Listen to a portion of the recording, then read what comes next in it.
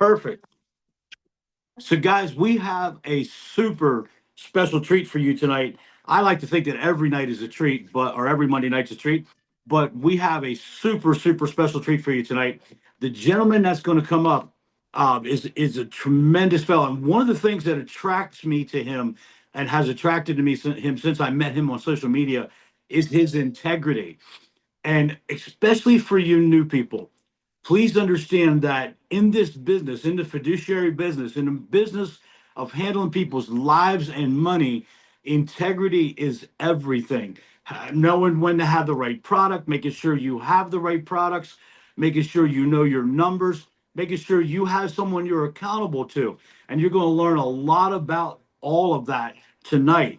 Okay, so I'm going to bring Jeremiah on here in just a minute. I'm pulling up my notes, and we're going to bring him in. And I'm telling you, you're going to really enjoy this. Okay, so when we're going to start right away tonight. A lot of times, we wait, but we're going to start every Monday night. Now we're going to start at 7 o'clock, and somebody will be there to let you in. But we're going to be started. So come on in and enjoy. Jeremiah, I can see you, brother. Are you there?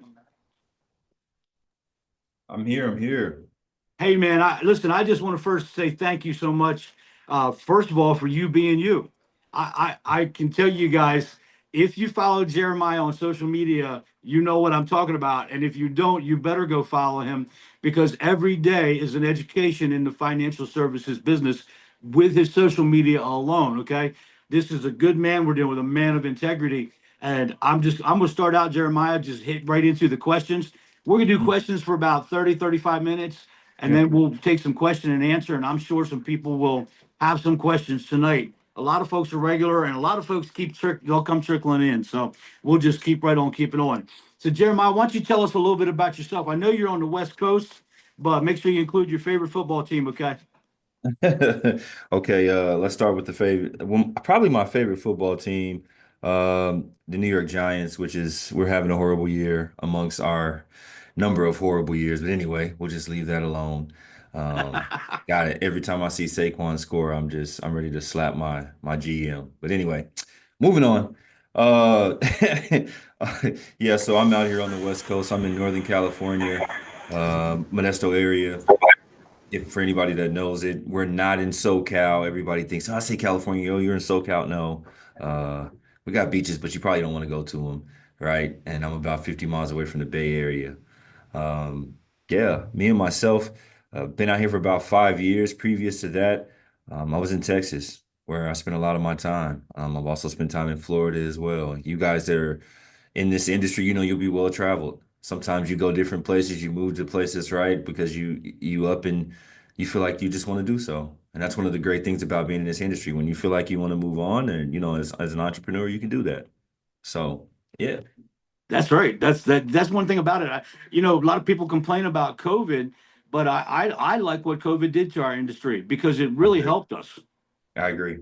I totally agree. I think that a lot of people, the focus before that were maybe in-house or seeing your local person or however, whatever. But what you saw when COVID happened was the expansion of our industry and figuring out like, well, hey, I like this guy that's over in West Virginia, but I'm in California, but I like the way that he speaks to me. I like that he actually cares about what's going on in my life, or that he remembers my wife's name, or that our anniversary is on this date.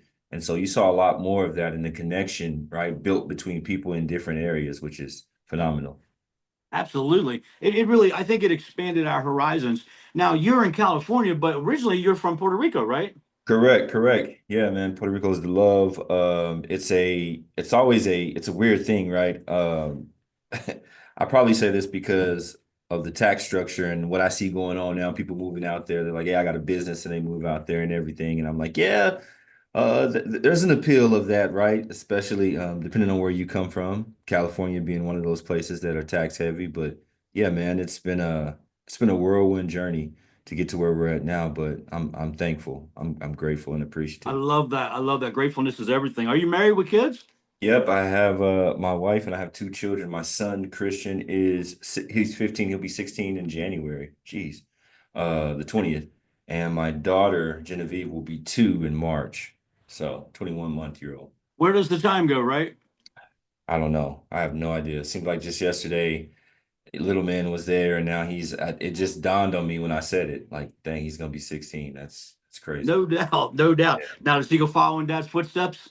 I think he's more autistic. Like he's very like he's an artsy type of kid. He likes to draw, very much into colors. And so like a total opposite of me, but I think that that's awesome because, that's the way it needs to be. And then probably his son will want to be just like me, and then that's fine though. I love it. It brings balance. That's right. The old prophet said, train them up in the way they'll go. And 100%. and a lot of times that means what they're going to be like, right? Yep, for sure. And So support your let kids. That's one of the biggest things. Support your kids no matter what they're in. A lot of people are like, oh, you want them to be in the numbers. And then I'm like, no, I just want him to be happy. Doesn't really matter what he's into. Let him be successful in whatever he's into. So, success is measured in so many different ways besides money. yes, most definitely. You'd Most agree with definitely. that, I'm sure. Yes, I think that the quality of life is one big one. Absolutely. The quality of friendships, the quality of connections. I think that that's a huge one as well. That's what I love about our business. There's so many companies. People could choose a million different companies. But my feeling is if you're operating out of integrity and you network with other advisors, you continue to learn. Would you agree with that? I totally agree. I think that shutting yourself off from people that may have a different experience than yourself, and a different type of business model or things like that, never want to shut yourself off. You want to learn from everyone. There's something you can learn from every single person and different types of companies and different business models, We right? spoke about that yesterday. Not Yeah, everybody belongs working for us, right? that's correct. Yeah. There's different models and different people are cut out for different models. So let me ask you this. If I said, who is Jeremiah? How would you describe yourself? Honestly, man, I'm just a servant. I That's the way I love that. describe myself. Every day I'm just looking to try to make sure that we can help as many people as possible in the best way possible. Uh, there's a multitude of different ways to do that, but I told somebody the other day, I was like, listen, I could be the janitor, um, and that's fine. I've never been the type of person to need the spotlight or whatever like that. I actually prefer to be behind the scenes and in the background. So, man, as long as things are running properly, I could be the janitor. That's what I tell people. And I'm going to treat the janitor with the same respect that I treat the CEO. So that's what I would say about myself. Amen. I love that. You shouldn't know the difference. There shouldn't be a difference to you. Not Shouldn't. not at all. We're all people. That's right. What'd you do before financial services? Or have I you was always been in financial services? No, so actually I was good with numbers in school. So when I was 21, I went and got my series. And I was like, yeah, I'm gonna do all this stuff. I'm gonna get 6'5". I'm gonna get a 2.6 and run a brokerage, blah, blah, blah, right? But what I ended up really doing is being a chemical engineer because somebody told me, look, man, get into engineering, you'll never go wrong. You'll always have a job. They always need somebody to build something or blow something up. So I said, okay, uh, I'll get into that. So I did chemical engineering for about 13 years. I retired in 23 after saying, I want to go full time, not with the brokerage, which we'd already started building. It was already up and running, but I said I don't want to be part time. I want to be full time and make sure that I can do as much as possible to help my advisors and help the clients. So here we are. COVID, Absolutely. another result of COVID. There we go. There you go. So you started out part-time too? I did 100%. Yeah. And Jack, what was that I don't experience condemn like it. for you? Huh? What was it like? Yeah, what was that experience like? Um, a lot of sacrifice, I'll be Right. honest. I was already working the chemical engineering job. I probably worked like 80 hours a week. So that took up quite a bit. So I was just disciplined though, right? And focused and making sure that I understood I have to build this thing out for it to be what I want it to be. Because if not, I was going to continuously have to work for somebody else to build their dream. Because when I was at work as a chemical engineer, right, people were like, oh man, it's a great job. It's a great job. The problem is though, I every time I get came ready to see what into I got. See, Let's let's make sure go. we're muted, guys. Oh, all good. So sorry, sorry, sir. Every time I came into work, one day I sat down and I thought about the name that was up on the company, right? That was a family name, and that wasn't my family name. No disrespect to that family name, but I had to go and build out, what I need to build out for my family. So, They built theirs and you need to build yours. correct, correct. Now you said a key word. You said discipline. I Yes. think that would you and you correct me because I want to know what you think. I Sure. think discipline is probably what the part-time person needs more than anything. I would say above anything else, because you have to understand that just as hard as you work for that other person's dream, you got to work for yours, right? And you can't expect results that you're not willing to put in, right? A lot of people expect the results from the work they didn't put in, and That's so right. if you treat it like a hobby, it's going to pay you like a hobby. It's, the clients are going to feel like it's a hobby. That's good. That's real good. So, how did you like physically? How did you do that discipline? Was it control of your calendar?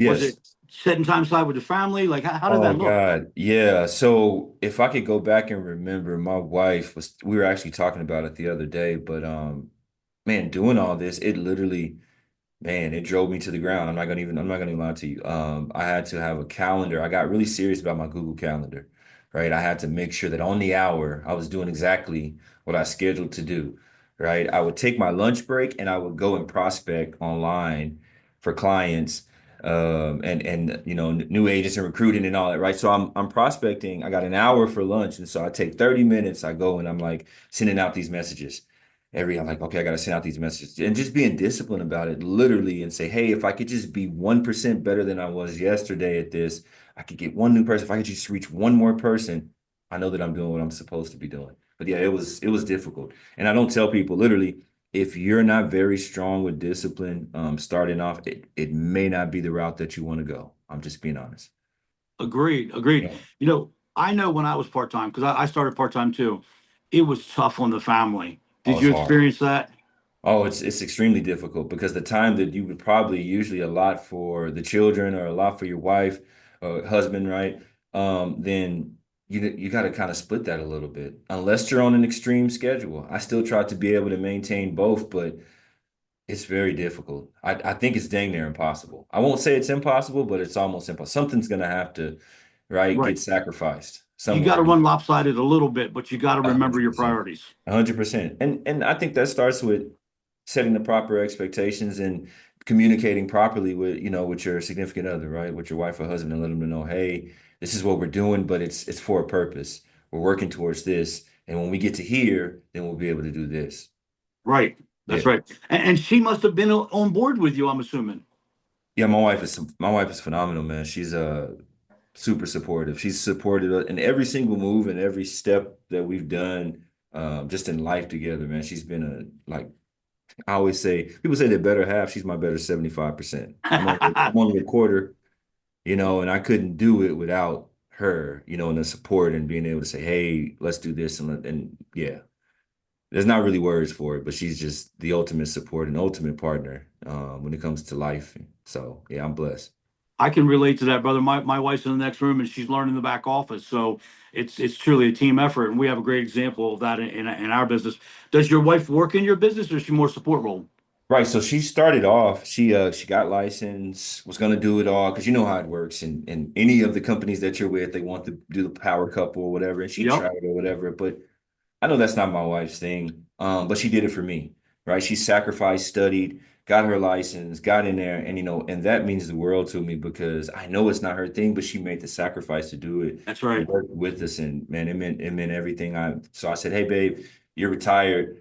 Go do what you do. I can get over here now. We got support staff. We can do all that. You can go do as you want to do, which is right now, obviously, our daughter is key priority. So yeah, Absolutely. I know, and I'm sure you've seen this too. And the reason I ask these questions about the marital relationship is because sure.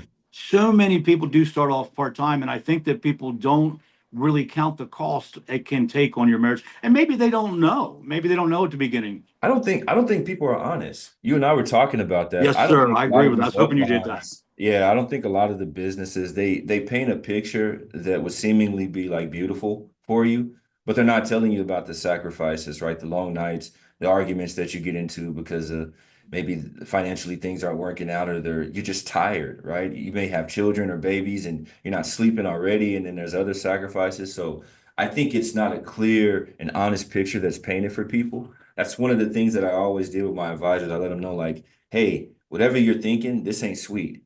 And if you want to get to a place to where you want to be and you want to be successful, it's going to cost you something. And you got to That's pay right. that thing every single day. it's just rented. You don't own it ever, right? So you gotta pay it every single day. So I think we need to do better as an industry to paint that picture, a little bit better. I completely agree. And honestly, that's why I wanted you on here first as we started this series, because I don't think anybody knows that about integrity more than you do. Now, I obviously didn't know about your wife in the background. I was learning tonight myself, but the industry seems to lack integrity when it tells new people about our industry. Would you agree with Yeah. that? I think that yeah, 100%. 100%. You be yourself, brother, because I want you to know these people need to know. Okay. I feel like in a lot of cases what happens is we're constantly looking as advisors. A lot of us just look out for ourselves. We're not placing the client first. And here's the craziest thing in that whole entire construct of it. The more you put your clients for first, the more money you would actually make. It's the craziest thing. People don't understand it. They like literally cut off their nose to spite their face. And you're sitting there bleeding out because all you have to do is just care about the person. Right. Strange things happen, referrals happen, good business happens. They care about you, get invited over for dinner, you meet these people. All these things are happening, right? But I feel like just initially, as you said, when we first come into this industry, I don't think, and a lot of our uplines don't tell us that either. That's We right. get into these companies and they don't teach us to care about the client. It's sell, sell, sell, close the deal. I don't care what it is. You just run up, get the highest target, highest AP as possible, make money, money, money, money, money, and you're not sitting and thinking about the consequences or the cost of what we have versus the clients that we have, right? Because these are people's lives that we have that we're dealing with, which is, right? How important is that? The responsibility Amen. that we have. So, yeah, Absolutely. So let me take you back in time a little bit. let's do it. You're a new person, but we Mhm. kind of know some of the things we know now. Yeah. And you're going to recruit a team. Hmm. How does a new person communicate to people they want to, they're going to bring somebody in to work with them? Hmm. We know now because we've been through this, but we want to make sure we sell them the dream, but we don't want to be people that don't have integrity. How do we Yes. do that? Are we just honest about where we're at or Yes. point to You have to somebody be else? You have to be honest about where you're at. Never go to people if you're doing 250 a year or 100,000 a year, you be honest and say, "Hey, I'm doing 100,000 a year, but together we're going to grow." I know that with you and with your assistance as a partner, if we work together, right? I'm going to get you to 100 or get you to 250, whatever your goal is, and then I'm going to get to 500. And what it is I'll give you the tools and I'll give you the keys of how I got here to this 100, and then you take it and run with it. And then when you're done and you come back, you give it to someone else, and I'll give you how I got to 500,000. Then I'll give you how I got to 1 million. And that's what we need to do with people. But the problem is that in a lot of these cases, everyone's telling you, "I'll show you how to be a millionaire," and they've never done it. Right. You've never made $1 million in business, gross, right? There's no way you could tell someone how to cash flow $1 million. That's right. So I think we need to be honest about where we're at. You saw my post, we were talking about it. And just stop the lying. I think people nowadays, they really respect authenticity. They really Absolutely. want people that are going to tell them the truth, say, "Hey, I'm here, but we can get here," right? Give us a year. I don't know right now, but I will learn, and you're going to learn what I know, and then I'm going to learn, and then we can share it together. And I think that that's a much better relationship, and that's a real business partnership instead of an upline downline relationship. That's right. That's really pull alongside of them, is what you're describing. Correct. So, is there anything wrong with a new person pointing towards somebody else in the company that's making it? Copy the right cat. Copy I the right love cat. that. Copy the right cat. There's nothing wrong with copycat. When I came into the industry, you know, my cat that I copied was Patrick Bet David. All right. Now, I'm not saying the company's the greatest or however, whatever you find, whoever that person is in your company, then I'm going to align to that person. I believe in their integrity. I've tested them. They said this is correct. They're making money in an honest, ethical manner. That's a big thing. It's not just about the money that you make. It's, are you making it ethically? They are. Right. Okay, I'm going to align to that. Maybe my upline doesn't do things that way, and it's no disrespect to my upline. They're going to get their override. They're going to, cool. We're in agreement. We have that conversation. But hey, I kind of align more with this person. I like their business. I like the business model, and they're successful. I think I can do that. And then I think, follow them. That's right. That's good. That's real good. And I think that maybe sometimes it's lack of knowledge. Sometimes maybe it's ego. I'm not sure A which, lot of ego. but there's nothing wrong with pointing to the guy that's doing it ahead of you. By the way, I'm a big Patrick Bet David fan. I've been for years. Awesome. And I interviewed with one of his right hand men, and it wasn't the right time, for me. But if I told you the name, you'd know that name. And sometimes I'm like, okay, but you know what I noticed? Yeah, He of never called me back after I told him no. And you know course he what did. that told me? It told me he was doing it just fine by himself. Hmm.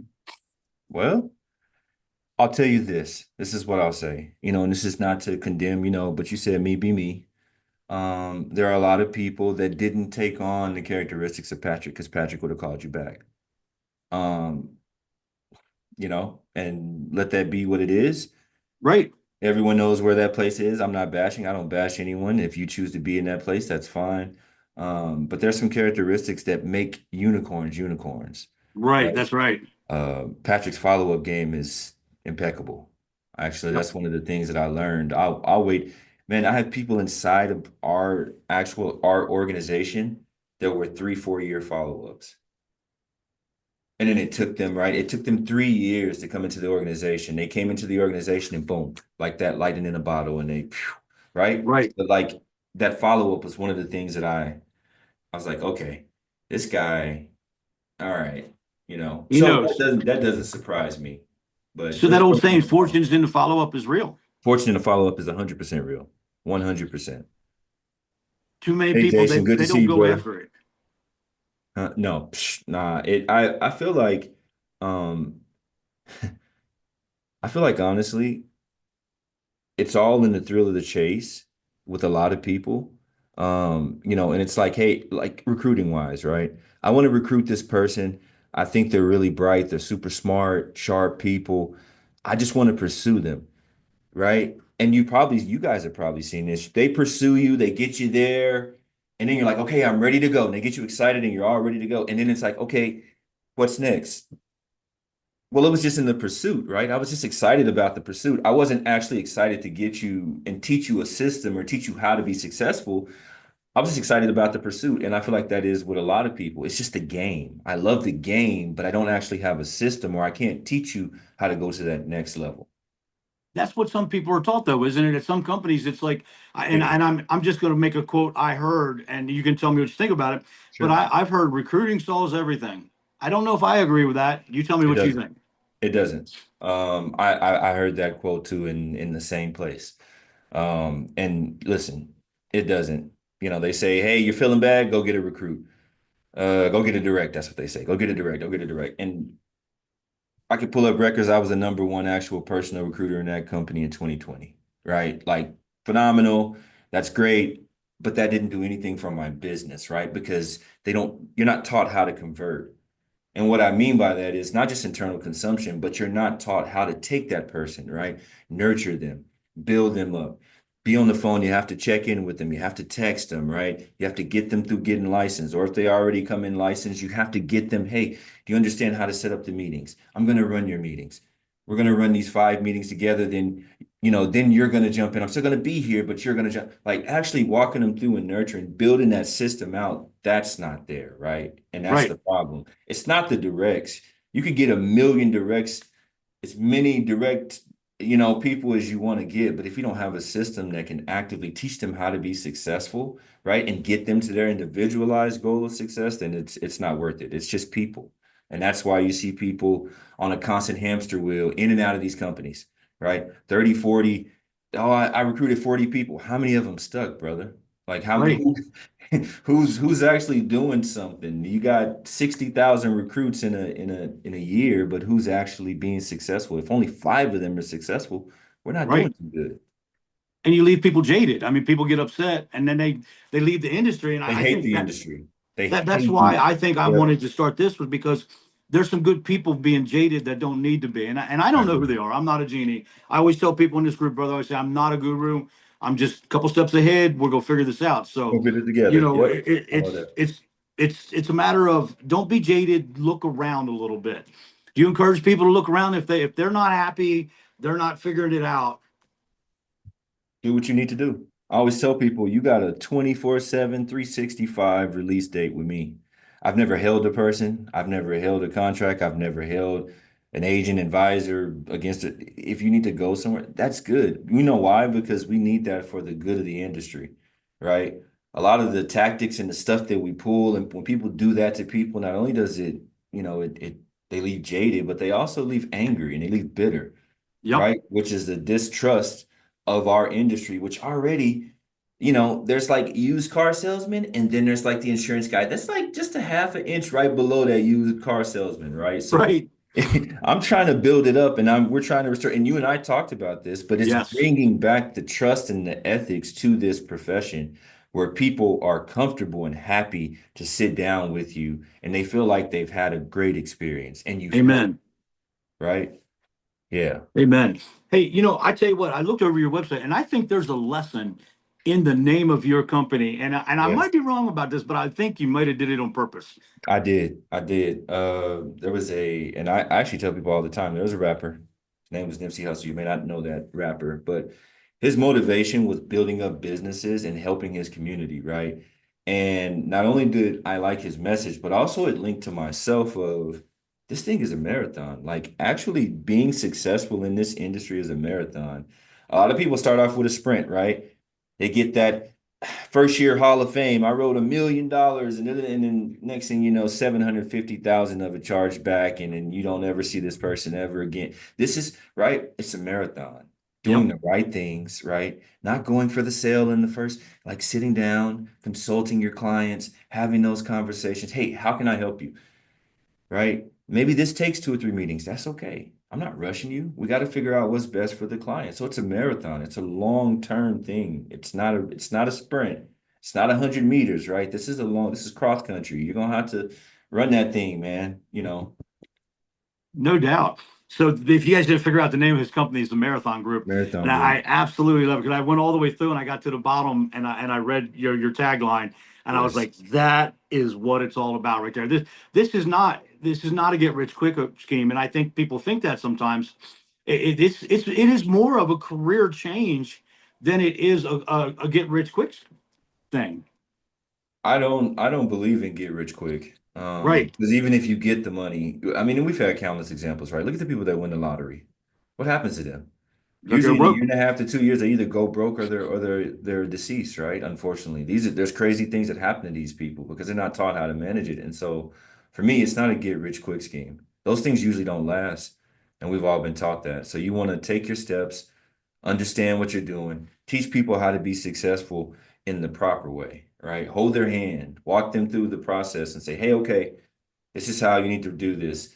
Hey, don't do that. That's unethical. That's not the way to do that. You're gonna make money, but it's not worth it. Just let it go, right?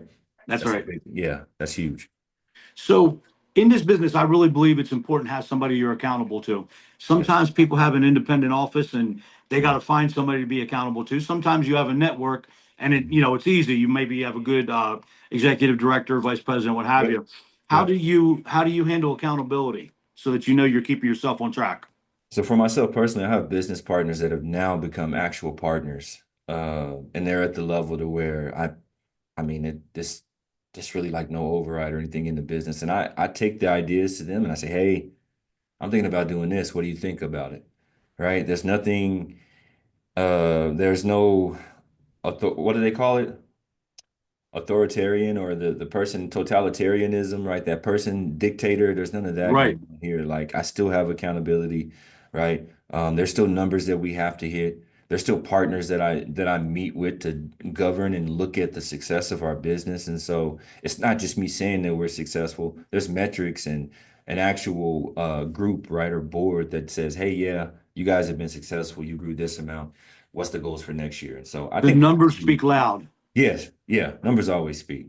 Numbers always speak for sure. Speaking of PPD on the podcast there, what's his name? Tom always says, Always. was it stories tell, numbers scream? Numbers scream. Yeah, that they do, and 100%. But I also tell people though, don't be fooled by the numbers, right? You got to know the backstory of the person. Sometimes numbers lie in the fact that those numbers may not be fully ethical numbers. We know a group out there.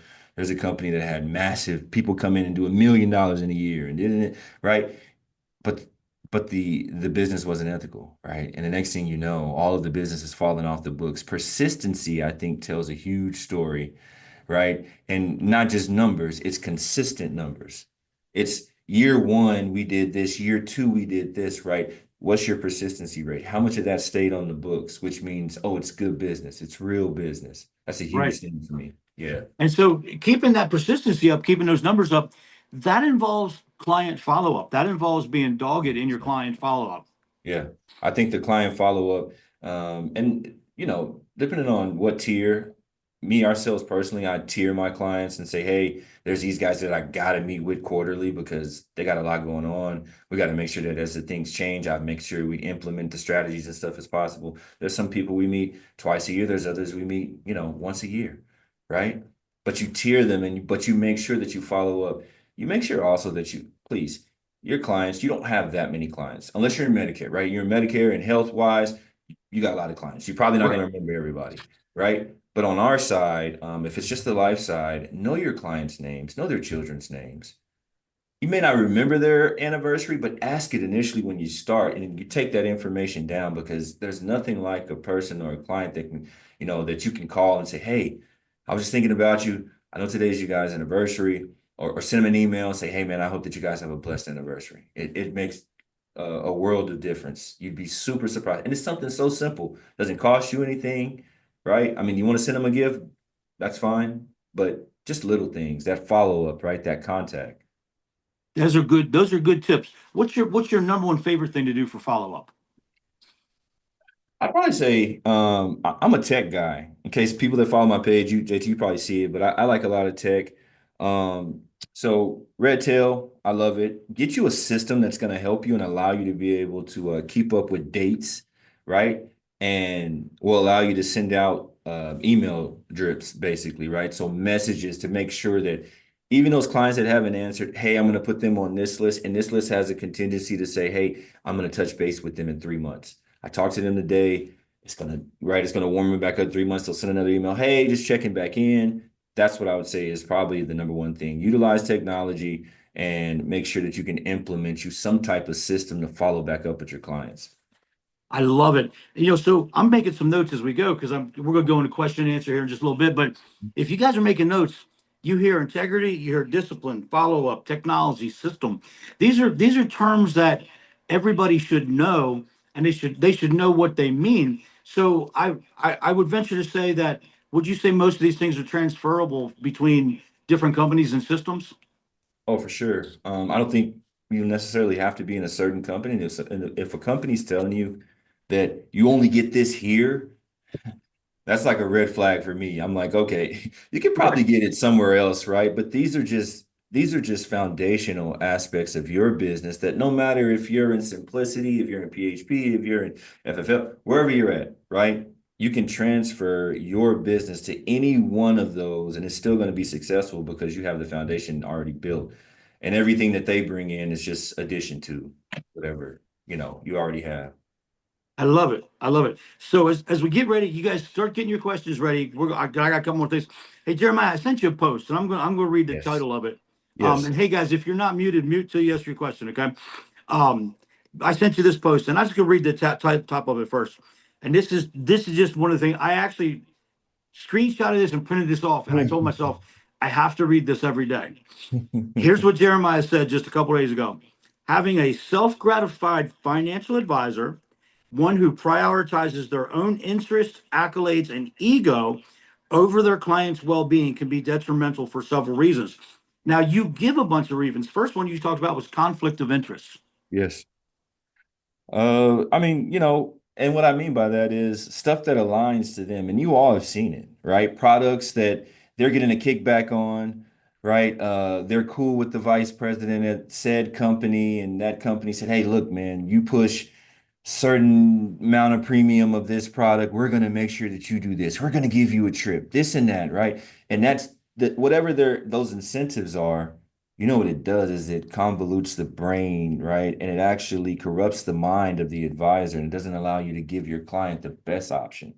You're going to give them what's there in that company doesn't even align to that person's goals, right? That client's goals. but it's going to pay me the most, or it aligns to a trip that I'm trying to win.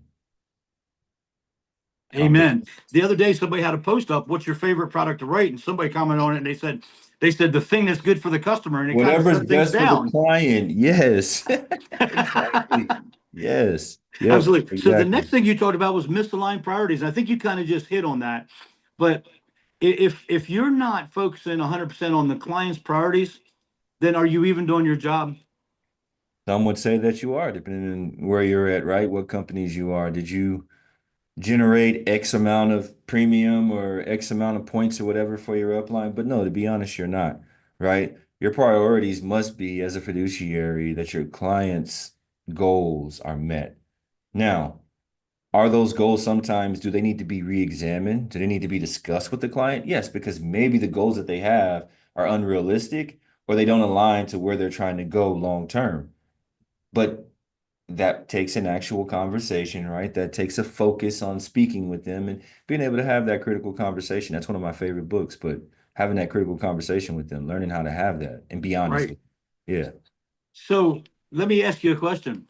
Can people win at their company by making sure the client gets the right product? Oh, for sure. I craziest thing, and you and I were talking about this, but at said company that I've already spoke about, right? I went into this company and what I noticed is that no one did what we're talking about. Right. I did this, right? And in 8 months, did over $1 million in business, real business, not other business, right? Real business that was there on the books, right? And I'm like, okay, geez, why doesn't everybody, what, and it's just crazy because as I wanted to spread the word and say, hey, if you do this type of business where you sit down, you consult your clients, you'll actually get more premium and they're happier with you, and then the referrals just go through the roof. Right. Well, that wasn't welcomed because Imagine that. that's outside of the system, right? That's not what the system says. That makes advisors independent, and we don't really want that. We need you to come to me so I can tell you which way to go. And so, but yeah, for sure.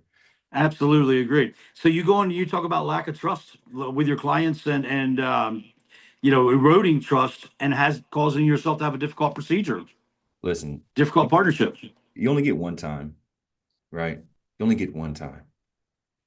Now, if you made an honest mistake, right? You were trying and you made an honest mistake and you placed them in the product, but you were trying, right? You guys looked around, you sat, you had conversations, you went back and forth. Maybe you didn't know something. You didn't have access to it at that moment, or how would it, they're okay with that.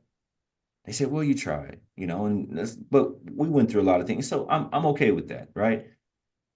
But when a client finds out that you lied to them or you steered them in a direction that solely benefited you and wasn't for their benefit, you've totally eroded the trust. You've totally killed any opportunity for anyone following you, because in the back of that client's mind, they'll always think that person's lying, even if Right. they're telling them 100% the truth.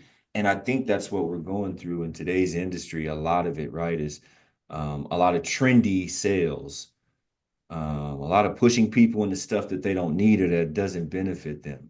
So once you lose that trust, you only have one chance. Once you lose it, it's done. You'll never rebuild it, because that person will even if you right sit with the client and you try to work it out and they'll still always think of you as essentially a scammer, or you just tried to Right. get something up out of them and you didn't help them. So yep, I agree with you on that, brother. So rookies, people that are new, green, wet behind the ears, yeah, obviously they're going to be prone to a few more mistakes.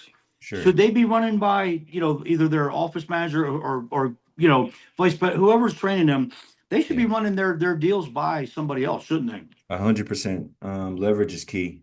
I'm always going to tell you to leverage the upline, leverage your RVP or whoever it is in that area but I also tell you this, make sure that they're ethical. Make sure you're not running business by them and they're going to steer you in the wrong place, right? Because if you're in that situation, then there's communities of people out there that can lead you. I mean, JT and myself, you don't have to come under us. I might lead you to Right. him. He may lead you to me, or we may put you under Jason. It doesn't matter. Like, well, but there's communities of people. If you have that issue, then there's communities of people to help you out with that. But in most cases, yes, use leverage. Absolutely. I couldn't agree Yeah. with you more, brother. I really, really couldn't. And I Yeah. think you hit on the next point kind of in that. You talked about poor communication and missed Hmm. opportunities. I'm just super simple. When you go into a sale, I hate using that word, but when you go I into a agree. sale and that's all you're focused on is closing that client, I just want to run up this target premium, this annual premium as high as possible. You know what's funny? You leave off the table the annuity that was just sitting there because you're not looking at it, right? You leave the conversation of health that, you know, your partner who possibly does health, you could bring that partner in. You know, you miss estate planning opportunities. You miss multiple opportunities because you're so focused on doing what you're trying to do, right? Not communicating or miscommunicating things so that you could drive them towards whatever it is that you're trying to do. And then what usually happens is someone comes in behind you that has a holistic approach and they take the entire business. That's right. Yeah, you left it there really because of not going through the right process, not Correct. communicating, not having integrity at the end of the day. Sure. Yep. Hey, listen, I could ask questions all night. I don't want to hog the spotlight here. I want to give everybody in the group that the opportunity. Now I haven't had a chance to jump over and look, but I know the bell's been ringing a lot. So I'll try to admit people, or Okay. I'll try to, if you put your hand up. But if you got a question, feel free to let's jump in and let's ask Jeremiah about, feel free to ask Jerry. He's gonna be honest with you, so feel free to ask him. Please do. There's somebody that was in the wrong time zone just jumping in. No, I'm kidding. So I know we got some questions here, and I'm looking through these pictures now, and I know some of you guys from what company you're from and where you're at. So I know you guys got some questions. Jason and Jeremy. I think Jason was first and then Jeremy was next. Go ahead, There you go, Jason. Jason. Yep. Hey, what's up, Jeremiah? How you doing, buddy? What's going on, brother? Good to see you. Yeah, good to see you. Good to see you in person instead of just online. But yeah, yeah, yeah. Hey, bud. This is kind of question for 2025. Yeah. I want to know what your goal is, your personal goal is for Okay. 2025, and I want to Okay. know what your vision is that your team can tack onto and really be involved with, or people that you know that could really jump in the sphere of things. Okay. So personal goal for the company, we said that we're going to do 250 million in annuity. We're going to do about 50 million in target premium or AP, depends on which way you go if you don't do IULs, right? Um, and then I also said that I wanted to add 5,000 additional advisors because we do wholesale as well on contracts and stuff like that. But um, in that goal, right? And to answer your second question, if you're not making lofty goals, right? And I don't mean crazy stuff like a million people. Come on, that's not what we're talking about, right?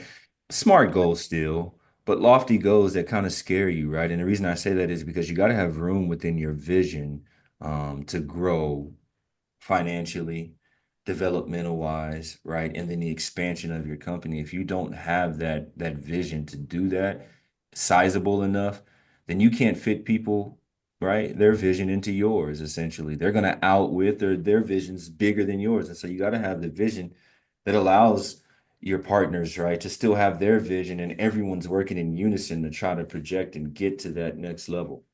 Um, that's and there's some other stuff, but that's level of what and where we're at for next year for 2025. That's That's fantastic, man. great Thank you. question. Great question. I see Jeremy. Jeremy. It's good to see you today. You have a beautiful family, like Cindy said. I see you have your hand up, brother.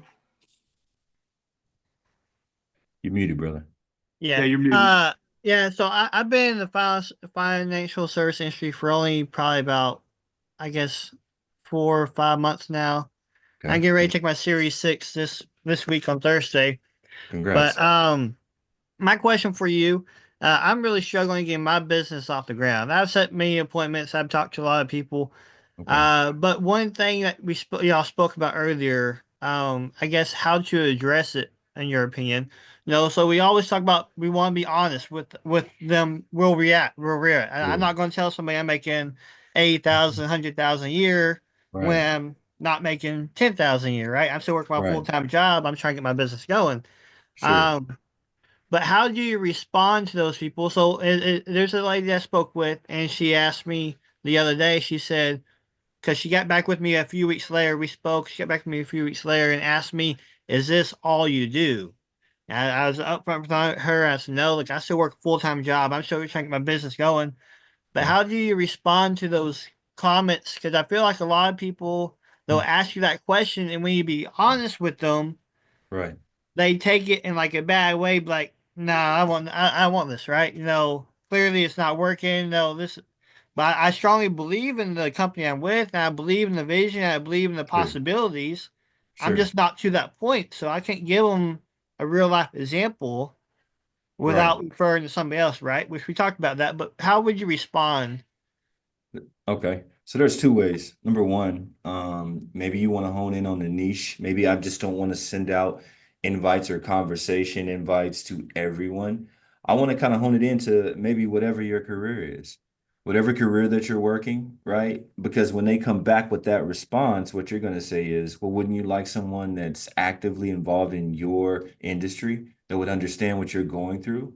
Because I do, right? So I would know which way to move and which way to zig, which way to zag. That's number one, right? So if I'm speaking to people that are in my industry, then I'm going to have that experience.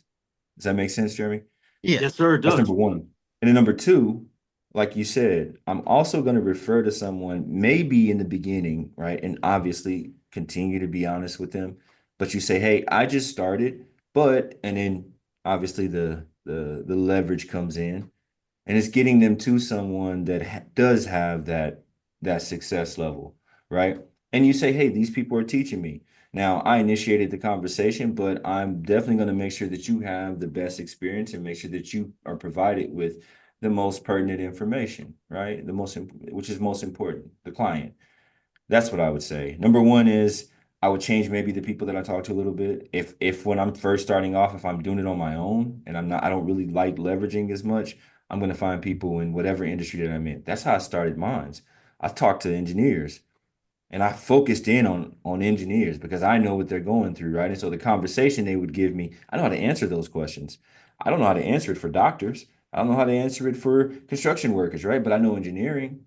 And so I would say whatever you're involved in, if you're able to stick to that, then you're going to have a lot more confidence, right? And then that'll help you to start having more, more comprehension, right? And so once you have more competence, you usually have more confidence and you're competent in whatever you're working in. Does that make sense? Yeah. Thank Cool. you. Yeah, no problem, man. I told you guys we was bringing fire tonight. Cindy, do we have a comment do we have a We question in the do. comments? We do. Martin asked, first of all, he wanted to thank you for hosting, Jeremy. He's very grateful for that. He wants to know, how do you deal with close friends and family that ghost you and miss their payments? Wow. You know what? I've actually dealt with that. And it wasn't fun. I was very young in my business, and I had one of my wife's friends that we were actually very close with that she grew up with. And that relationship is probably still injured to this day, right? But what I would tell you is this, don't take it personal. Okay. Understand that when people don't do those things during COVID, a lot happened. So if you've been in the industry for a little while and that was during the period, you know that people were struggling and people are still struggling today, right? Sometimes things just don't go our way and we can't make those payments. And I know that it's a commitment and we thought that they could do it, but let's be human, right? The human aspect of it says, hey, I've had hard months and hard days, hard years myself. I know where things happen. And so I'm going to be understanding of that as much as possible, right? And then I would say, hey, if they ghost you, you send them a message and you just let them know, hey, listen, I still love you. It's okay. Like these things happen. Yeah, it wasn't an opportune time, maybe, right? Understood.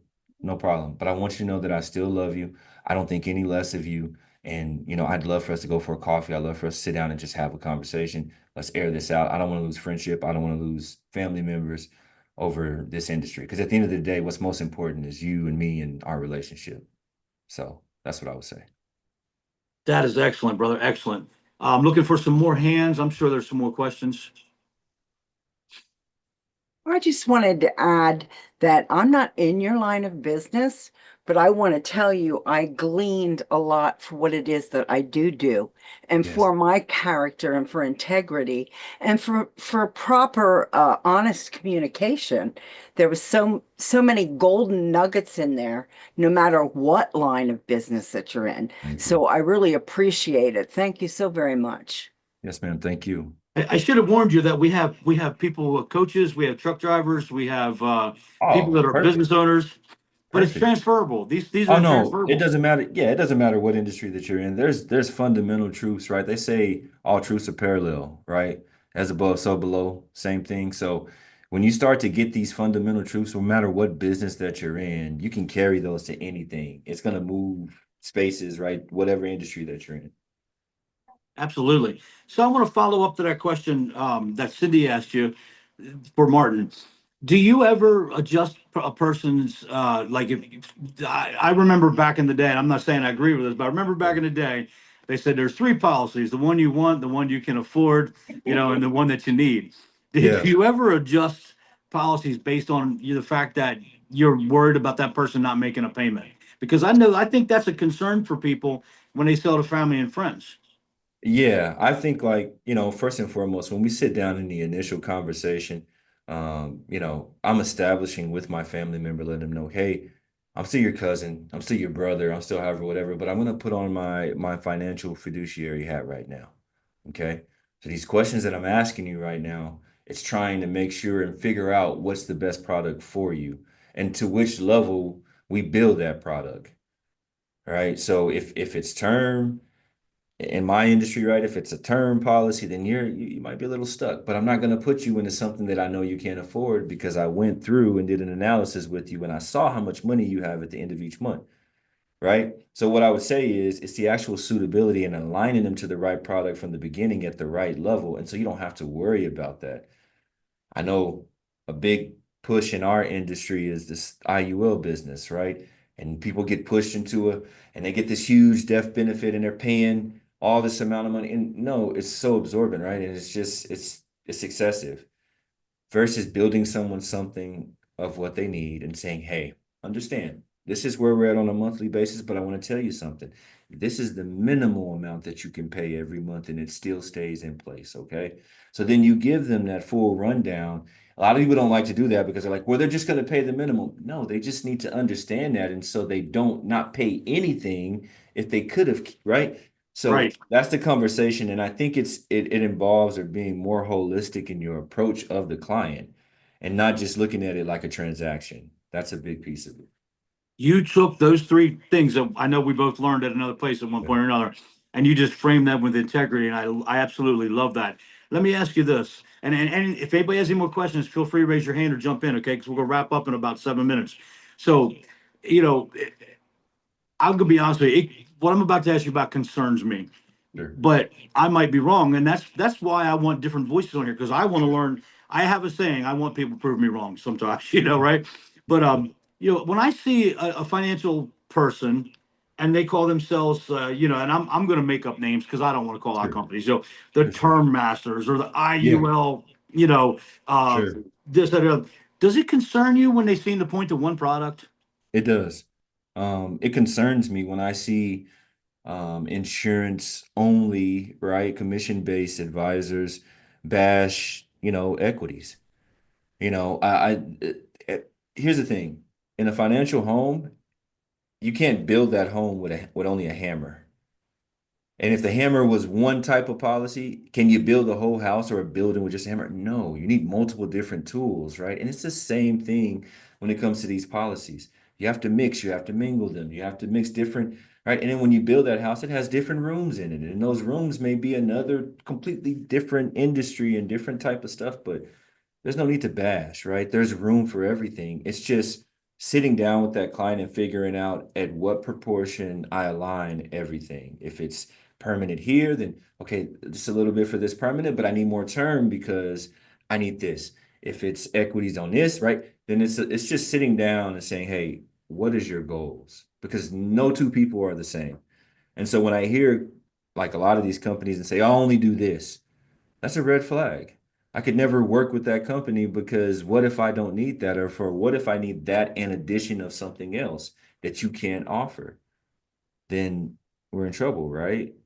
So you have to be able to, like we said, be holistic. I keep using that word, but it's very important to say, hey, No, I have, it's that's stellar. That's it's perfect. true. I mean, that's Yeah. like marrying a husband that says I'm only gonna work on Monday and Tuesdays.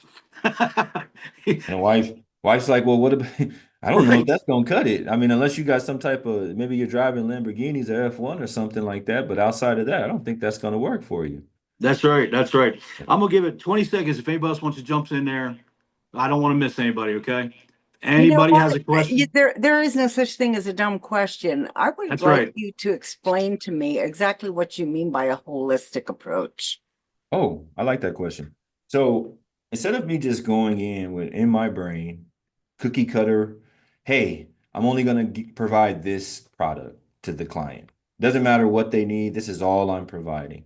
Holistic says I'm sitting with them, I'm doing a financial needs analysis, and I actually look at their budget. I look at what they spend on their expenses.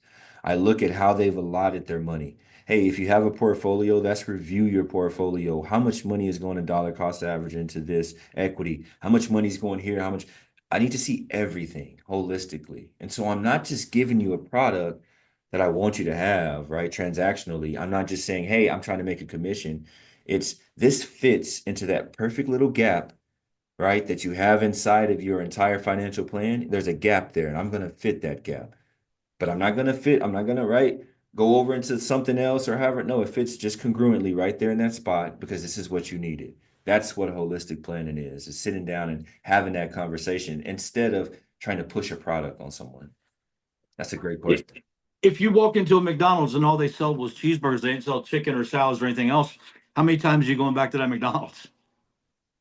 I'm not going back. That's right. That's right. Hey, brother. So I'm going to ask you this, and then I'm going to ask a parting question. Sure. How does everybody? How do we find you? Where can we continue to keep in touch? So on Instagram, it is Rico Ramirez 86. On Facebook, it's Jeremiah Ramirez. And then the same on LinkedIn. You look me up and I'm there. Anybody need anything? And I actually do mean this. I'm 100% there to help. You don't have to be in my organization. You got a question. People shoot me questions all the time. Hey, I'm thinking about this, this, and this. What do you think? Works perfect. So, yep, that's where you can find me. That's integrity You right there, on folks. Facebook, hon, but what could you tell me again? What was your Instagram? Instagram is Rico Ramirez 86, and I just couldn't change it because I was already verified. I would have had it Jeremiah Ramirez, but That's where you have all the pictures of you in the Lamborghini, right? oh, I'm playing. you I'm will playing. not find one pic. Yeah, no, you will not find not one picture of me in a Lamborghini. Awesome. I So doubt I in even two, ever own one. I Huh? understand. In two Yep. minutes, I have an accountability meeting. So I'm going to ask you a parting question, and that's Sure. this: what advice would you leave? A lot of these people on this call are new in business of some kind. Okay. So best advice for a new person. The best advice for a new person I could tell you is number one, do your own due diligence, right? Don't be fully self-reliant, but you have to go out and have that student mentality and continue to try to learn things on your own. I know it can be confusing, and no matter what industry that you're in, that's number one. Number two is what I would tell you is if at all possible, you want the cheat code, find a good mentor that's ethical, that's honest, that's going to place you in the winner's circle, right? And lift you up above themselves. And the last thing, number three, is be very grateful and appreciative of your family. Give them your love when you can. Let them know where you're trying to head to. Tell them your goals. Tell them what you're working on. Because usually, if you can kind of put that out front, right, then they can understand why you're spending the hours building that business, whatever that is. Those are the three things. Jeremiah, that's excellent, brother. Guys, let's just give him a big hand and make sure you go follow him. I'm Thank you, telling man. you, every day is a lesson. Every day is a lesson. I have no doubt in my mind that this was the greatest way because this is our 2025 kickoff. I have no doubt in my mind that this was the greatest way to kick 2025 off here in Leads Made Simple. And we appreciate you being in the group. And feel free to add to any status you want, brother. Oh, for sure. I fully trust you. So. Um, Guys, make sure you follow him. And Jeremiah, I can't thank you enough, brother. After Thank my you for having me. accountability call, I will shoot you a message. Okay. Okay, brother. Thank you, I guys. appreciate you guys. God bless everybody. Make sure you let him know that you appreciate him. Okay, guys. Thanks, Later, Jeremiah. I guys. appreciate it. Thank you, guys. Bye-bye. See you Thank guys you, in the brother. group and next Monday.